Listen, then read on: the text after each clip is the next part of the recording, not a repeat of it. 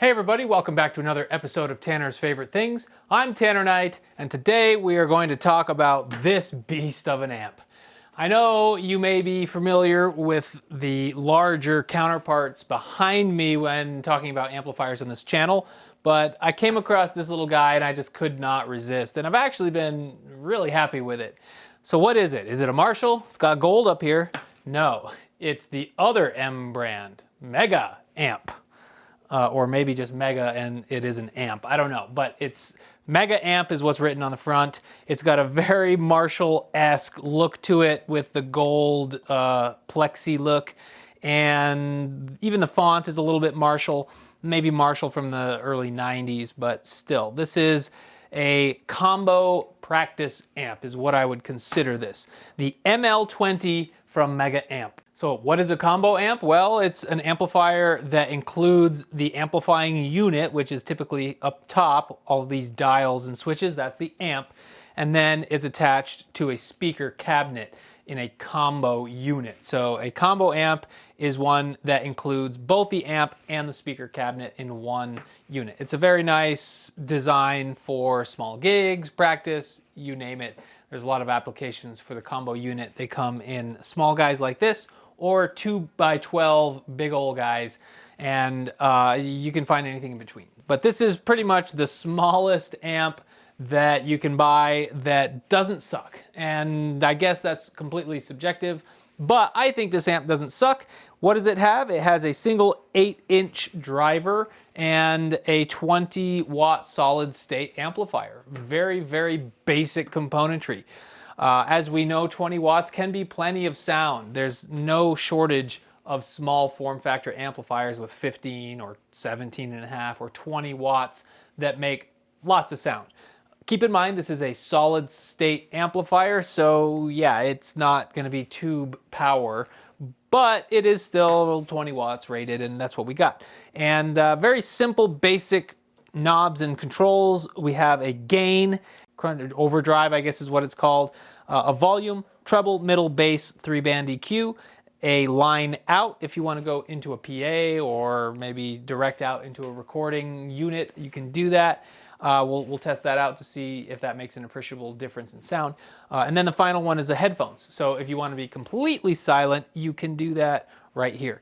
On and off switch with a green illuminated power lamp. The back of this amplifier is very simple.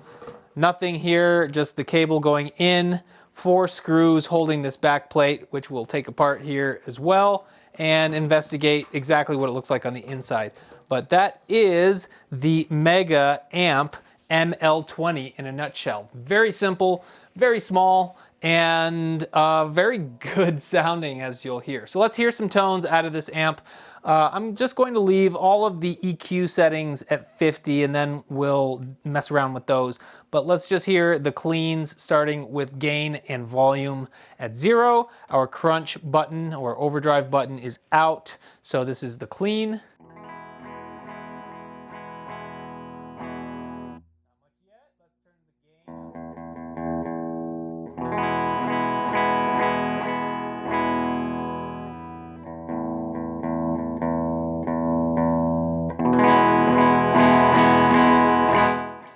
So that's the gain and the volume, both at around 75%, and it's plenty loud.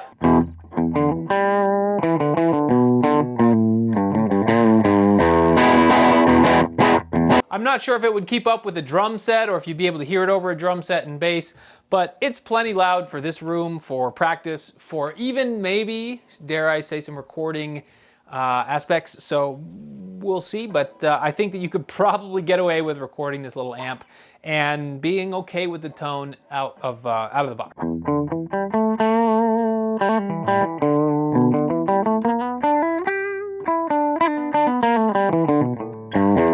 It's on the edge of breakup. Let's go ahead and push the gain and the volume to 100%.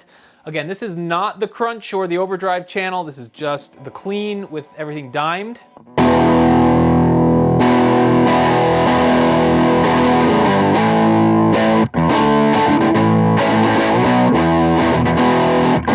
So there, it's breaking up. Obviously, that's 100% broken up. That's what I would call a semi-distorted tone, like an overdrive sound, but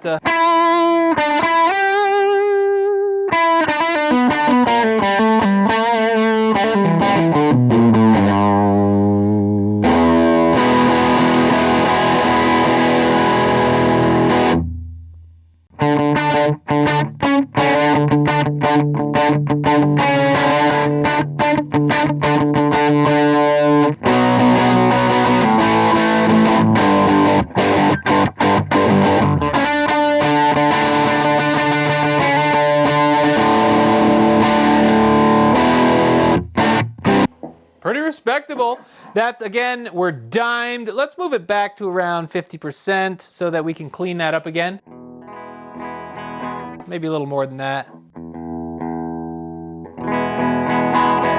So let's see what the 3-band EQ does. Right now it's all around 50%. Makes it a bit mufflier when we take the treble out. And brightens it up when we add it back in. The middle is next. Scoop the mids.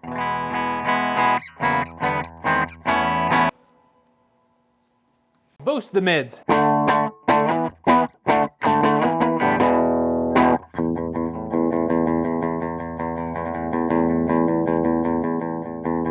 Somewhere in the middle there sounds good. And bass. Can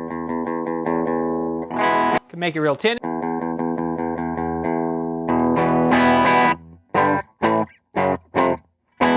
Not what I would call the bassiest speaker, but you're not going to get much bass response out of an 8-inch speaker ever.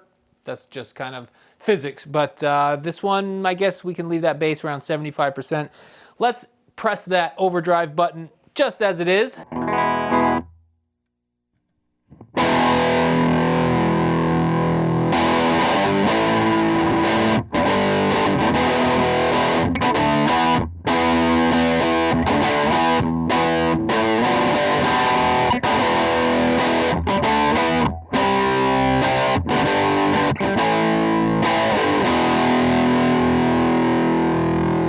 That sounds good. I don't know what to say other than it sounds freaking good. I am plugged in through my pedal board. As you can see, this wire is coming from the back of the amps. This is my normal lead cable that plugs into all of these amps. So I'm going through my regular pedal board. So we're going to hear some additional preamps as well. But just engaging that overdrive switch, leaving the gain at around 6. Let's pump that gain up to 75. Volume to 75. This is with the overdrive. And then we'll dime this sucker.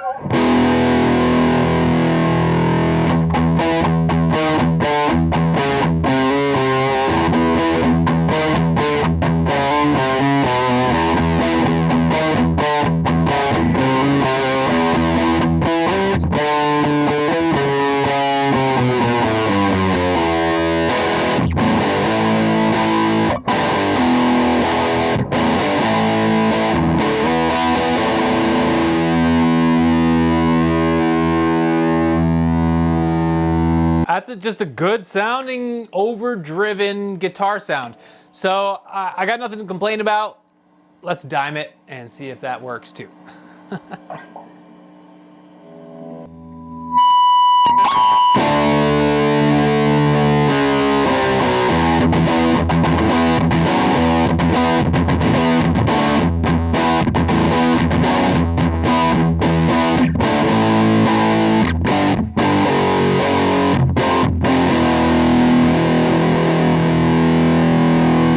I'm not going to say that's terrible. It's actually pretty okay, but I think it sounds much better at around 75%. Again, we do have the overdrive switch engaged. This is my sweet spot.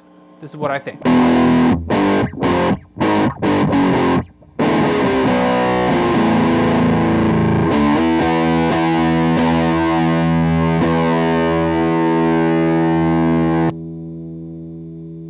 So, respectable tone out of the ML20.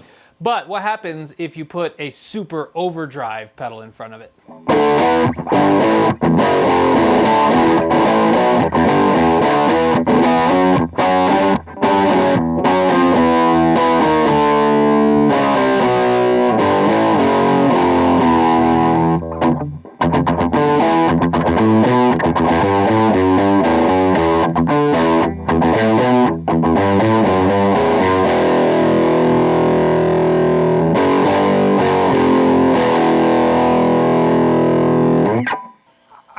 It sounds good to me. It sounds really freaking good out of this stupid little speaker. So let's hear the overdrive on top of the super overdrive.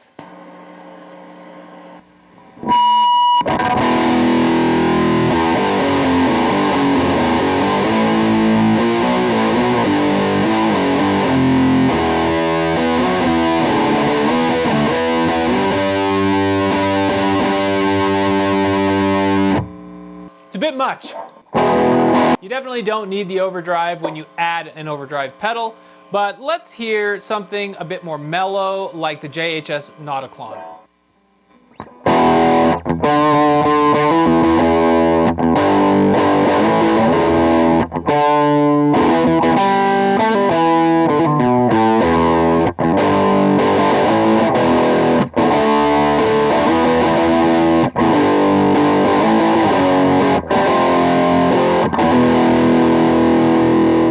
Well, that actually sounds just about as rowdy as the Super Overdrive.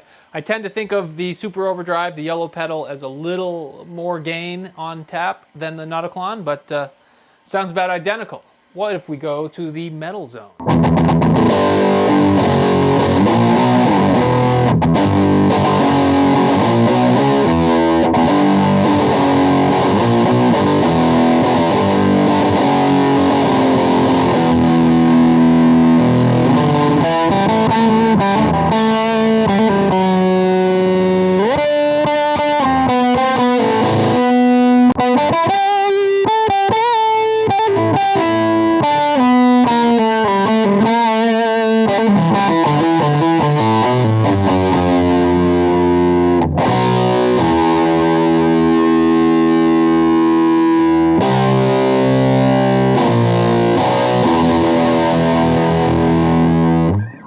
Little solid state 8-inch speaker where you can just dime the thing and, well, maybe not even diming it, you can get some good sounds out of it, but if you dime it, it sounds cool, and it really has a different sound than a big old 12-inch driver or 15-inch driver moving air out of a big cabinet. So this is a tiny, tiny little speaker with a tiny amp. Let's go ahead and take it apart and see what it looks like on the inside. All right, luckily this is easy. We've got 4 screws that we need to worry about. So let's take this back plate off and see what the ML20 is packing. All right, just as easy as that. So this is what this thing looks like inside. Megatone equipped. It says Partsland Megatone amplifier. I don't know what Partsland is, but they must be the supplier for all the parts for this particular brand. As far as a 20-watt solid-state amplifier, this is what it looks like, or at least this one. We've got a transformer, we've got some capacitors on our PCB, and otherwise all of the other magic, the transistors, the silicone transistors, are causing the amp to, you know, make sound, and it's creating a 20-watt load on this little speaker here. So this guy's pretty impressive. I have heard much worse 8-inch speakers, and I don't even know if that's an 8-inch. That looks smaller than an 8-inch, like a 6.5. Let's get a measurement on this. Yeah, this is a 6.5-inch driver, not an 8. So I think whatever I read online was incorrect, but this is actually a 6.5-inch tiny, tiny little driver, and not much to it, which I guess is a good thing and a bad thing, if depending on your stance, but I think simplicity is king, and if you can get something this small to sound this good, they obviously did something right. So that's my final stance on the ML20. Again, here's what it looks like on the front, and it's just a cute little 6.5-inch woofer practice amp, and in a combo variety. So do you have any experience with the Mega Amp brand or the ML20 version of this amp? Based on a basic internet search, it looks like the design of this particular brand and model has changed over the years. Not exactly sure when this is from, but it is a pretty nice little Chinese amp. Nothing to complain about. If you're looking for a small, effective amplifier that you're not going to have to play with a drum set or in the context of a band, this Mega Amp is a really good option. And I think you could probably find it for under 50 bucks if you look online somewhere. So let me know what you think. This is the Mega Amp ML20.